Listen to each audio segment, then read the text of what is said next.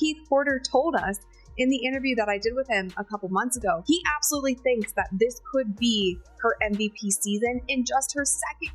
Caitlin Clark's rookie season was one for the history books. No debate there. And judging by what we've seen this offseason, with the Fever making serious moves in free agency and Caitlin grinding in the gym and fueling up with muscle milk, this could be the year both she and the Fever explode onto another level. Now that the draft is behind us and the season is just weeks away, the predictions are flooding in. And surprise, they're all over the map. Will the Fever go all the way? Will Caitlin take home MVP? These are the only questions that matter right now, because like it or not, Caitlin and the Fever are the biggest draw in the WNBA, bar none. There are plenty of fans rooting for them to silence the doubters, and just as many critics who'd rather see the league falter than flourish with Caitlin leading the charge. And already, before a single game has been played, you can hear the noise. The preloaded excuses are here.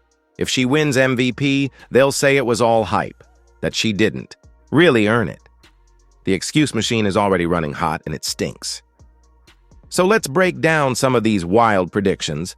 Take a look at a hilariously bad hot take, yes, from an ESPN analyst, and highlight a few major factors most people are completely overlooking, factors that just might propel the Fever to a championship run. But first, hit that like button if you're backing Caitlin for MVP, and drop it in the comments if you think the Fever are ready to... I'm really excited, and I didn't come here for the spotlight. I didn't come here to have more eyes. I came here to win. When it comes to the Indiana Fever, the buzz has never been louder. This isn't just the most hyped season in Fever history. It might be the most anticipated season for any team in WNBA history. The spotlight on this franchise right now is unreal. We're talking full-throttle media coverage, packed arenas on the road, and more national TV games than any team has ever seen. The attention is massive, and it's been earned. The Fever crushed the offseason. They didn't just sign, players. They brought in battle-tested winners. Dana Bonner, she's got the game to drop 40 on any night. She already proved it with a 41-point performance. Natasha Howard, she's dominating right now. Add in Sydney Colson, a respected veteran presence, and you've got a core that knows how to win. And don't forget about Sophie Cunningham. She's a spark plug who's ready to bring the fire and stand up for Caitlin, something her teammates didn't exactly do last year when Caitlin took a cheap shot and no one stepped in. That's not flying this year. Caitlin's carrying the league and she needs protection, not people standing around. These vets get it. They've been in the big moments, they know the grind, and they can handle the pressure that comes with being under the microscope. But maybe the biggest change of all? The coaching staff, because that might be what truly transforms. Game. DeWanna Bonner has never scored 40 in a game. She can do it right there. 41. They just have to be more consistent, especially on the defensive end. And Natasha Howard having her way tonight. The Fever parted ways with Christy Sides and brought in Stephanie White, a proven leader with championship pedigree, a brilliant mind for X's and O's, and the kind of commanding presence this team needs to elevate to the next level. White brings not just experience, but a winning mindset and a clear vision, making her the perfect fit to guide a loaded roster through the pressure and expectations of a season We won't get this again. There's no saving. There's no conserving. You leave everything that you have out there on the... White knows how to navigate a roster filled with big personalities and even bigger expectations, exactly the kind of leadership this Fever squad needs, and the odds makers are already betting on her making a major impact. More on that shortly. But let's be honest, at the center of it all is Caitlin Clark. Everything begins and ends with her. Channel defense by the Sparks fans. 6 on the shot clock. Clark, a deep three! Interior passing, but Indiana's got to stop letting the ball get into the paint. They've got to keep it out. Clark, step back, hits a three! She's the face of the franchise, the face of the league, and the reason the Indiana Fever have gone from rebuilding afterthoughts to one of the most talked about teams in all of sports. Caitlin Clark isn't just a star, she's a full-blown movement. She's the player who sells out arenas in minutes, shatters jersey sales records, and pulls in millions of viewers for a preseason game. And that's just the beginning. With a revamped roster and a veteran coach now in her corner, Caitlin is poised to take her game and this team to an entirely new level.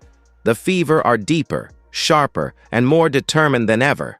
But make no mistake, the heartbeat of this team is still Caitlin Clark. As she goes, so goes. Discouraged Alyssa Thomas from making some of her great passes. No one picks up Clark, who cans the three. That was the Fever in the playoffs, a place they hadn't seen since 2016 until Caitlin Clark showed up and changed everything. I'm not going to rattle off all of Caitlin's stats. You've seen them, you know the numbers. But the real headline is the transformation of the entire franchise. That's the story. And it's exactly why some of these predictions I'll break down in a minute are either spot on or completely missed. We're better than the Sun. So after the first 10 games, I know when you look at the standings, that has to be taken into account. But after they figured it out, they were the fourth best team in the WNBA. They did better than the Storm, they did better than the Sun. After starting the season 1-8, Caitlin Clark, and by extension the entire Indiana Fever, flipped the switch. They locked in, went on a tear, and clawed their way to a 2020 finish, earning a long-awaited return to the playoffs. This wasn't just a bounce back, it was a full-blown resurgence. And through it all, Caitlin was casually delivering MVP-caliber performances like it was business as usual. She finished fourth in MVP voting as a rookie. Now, with her first real offseason to rest, reset, and level up, she's coming back. Stronger, sharper, and more dangerous than ever. MVP and a championship run? Both are firmly in play for 2025. So with the Fever surging late last season, the huge off-season additions, and the fact that Caitlin's still just getting started, you think the preseason rankings would reflect all that momentum, right? Not exactly. As usual, the rankings are all over the place. Some are reasonable, others playing it painfully safe. Let's look at the championship predictions. Fan-sided. Recently dropped their preseason power rankings, and they've got the Fever smack in the middle of the pack. 6th. That's right, 6th. Barely playoff material. No top 3 love, no contender buzz, just average. But what really makes this laughable is who they've got ranked ahead of them. And yeah, it's going to turn some heads. The added experience of DeWanna Bonner and Tasha as well as re-signing Kelsey Mitchell. Remaining core of last year's team, Clark and Leah Boston will have mentorship from these players. The big upgrade is the hiring of Stephen White. But expect people to continue to put pieces together this season, inching closer to full potential of the full team with Barkley. 6. You think the Seattle Storm? The Seattle Storm weren't even better than the Fever last year. Now, if you look at the odds makers, they're much higher on the Fever. Most betting markets have Indiana as either the 3rd or 4th favorite to win the WNBA championship this season, and honestly, that makes sense if you've been paying attention. The talent is undeniable. The momentum is real. Ticket sales are through the roof, and national broadcasts are lined up. But it doesn't stop there. Some voices in the WNBA media are going even further. A few experts believe the IA Fever aren't just a top 3 team. They could be the 2nd best team in the league, or even the best team heading into 2025.